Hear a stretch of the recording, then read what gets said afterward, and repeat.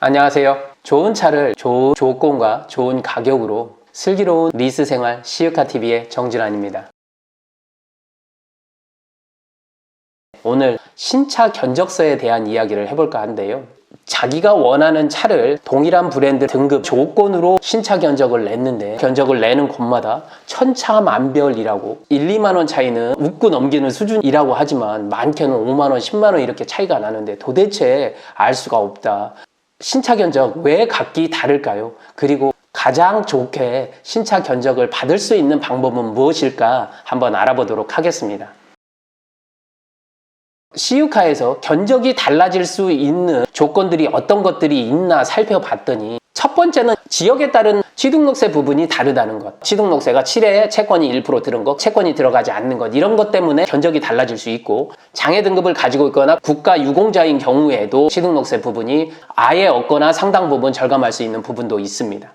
두 번째로는 구매 경로에 따라서 달라질 수 있다. 수입차 같은 경우에는 벤츠라고 하더라도 한성, 코오롱 아니면 KCC 등 딜러사가 서로 다르고 온라인에서도 리스를 다루는 에이전시들이 각기 다른데 이러한 업체에 따라서 당연히 달라질 수 있습니다. 그리고 세 번째로 원래 제조사는 벤츠지만 수입을 해오는 것은 딜러사가 다르기 때문에 그 딜러사의 특징에 따라서 가격이 달라질 수 있다. 네 번째는 딜러사에서 취하고 있는 영업 정책에 따라서 본인이 상대하는 딜러에 따라서 가격이 달라질 수 있다는 점. 그 다음에 이 딜러사들은 판매하는 수량에 따라서 공급받는 가격이 달라질 수가 있고 또 그에 따라서 마케팅 프로모션을 달리할 수 있기 때문에 그거에 따라서 가격이 달라질 수 있다는 것. 여섯 번째로는 이 차량이 조만간 단종을 한다든지 페이스리프트를 한다든지 미리 가격 인하를 한다든지 프로모션을 한다고 하는 바로 차량 상품의 라인업의 변화에 의해서 가격이 변화할 수 있다는 것.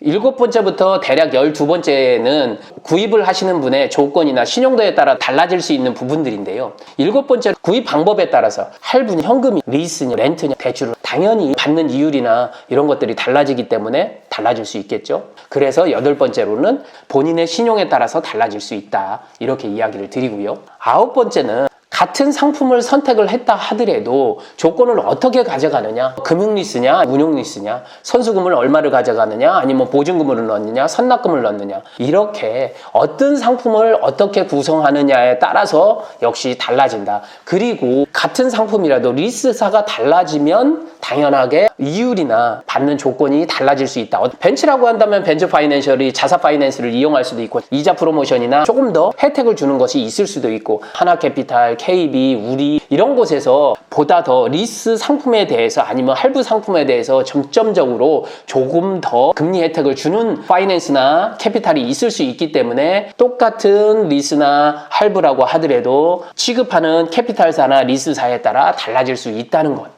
11번째는 내가 개인이냐, 개인 사업자냐, 법인이냐에 따라서 그 이율이 달라질 수 있다는 것 쉽게 유추를 해볼 수 있는 겁니다. 12번째로는 본인이 차를 좀 알아보겠다고 이곳저곳에 너무 많은 동일한 건으로 리스를 조회하거나 할부를 조회하게 되면 과다 조회로 인해서 처음과는 다른 조건을 적용받을 수 있다는 점, 이 부분은 항상 생각을 해보셔야 된다. 이렇게 이야기를 드리면서 전체를 다시 한번 보도록 하겠습니다. 취급을 하는 지역이나 딜러십, 딜러에 따라서 달라질 수 있는 부분 한 6가지 정도. 7번부터 12번까지는 견적을 내는 본인이나 주체에 따라서 신용이나 상품 리스사에 따라서 달라질 수 있다는 것을 좀 보았습니다. 자, 여러분들이 신차 견적을 누구보다도 좀 잘 받고 싶다. 내 신용에서 베스트로 받고 싶다. 이렇게 한다면 시우카에서는 한 3가지 정도를 중점적으로 보는 것이 가장 중요하다. 이렇게 이야기를 드립니다.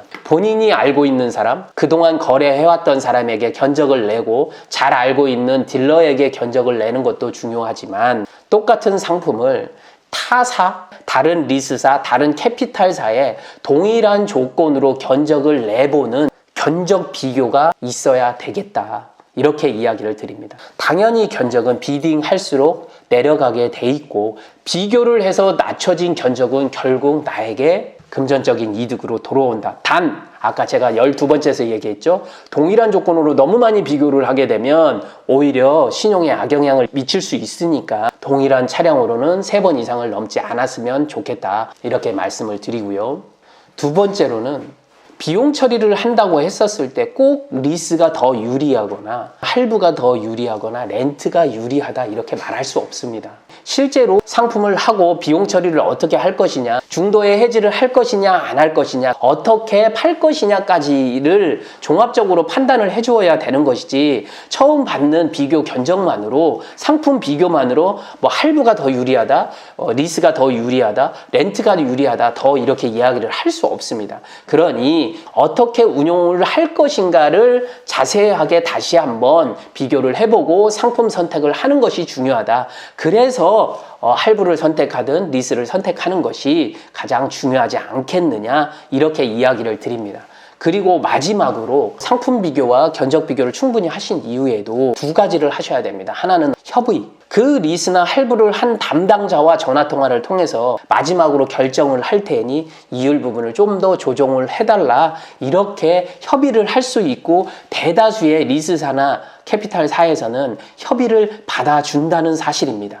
그리고 두 번째는 이렇게 해서 협의를 해서 받은 견적을 꼭 검증을 해보셔야 됩니다. 신차 견적서를 검증하는 법, 숨겨진 이유를 찾아라, 이자를 찾아라, 유튜브로 말씀을 드린 적이 있습니다. 이렇게 과정을 거치게 되면 처음 받으신 견적과 그리고 최후에 본인이 약정하기 전에 받은 견적을 보면 그 차이에 깜짝 놀라실 겁니다. 이렇게 한 번만 귀찮더라도 해보시면 나중에 동일한 이 일을 반복을 할 때, 아니면 중도에 해지를 하거나 리스 승계를 할 때에도 어렵지 않게 리스를, 할부를 잘 정리할 수 있는 단계까지 가게 된다, 이야기를 드리면서 오늘 동영상 편을 마치고자 합니다. 언제든지 여러분들이 궁금한 점은 네이버의 시우카 밴드에 오셔서 문의를 주시기 바랍니다. 여러분께 언제든지 도움이 되도록 하겠습니다. 좋은 차를 좋은 조건과 좋은 가격으로 슬기로운 리스 생활 시우카TV의 정진환이었습니다. 감사합니다.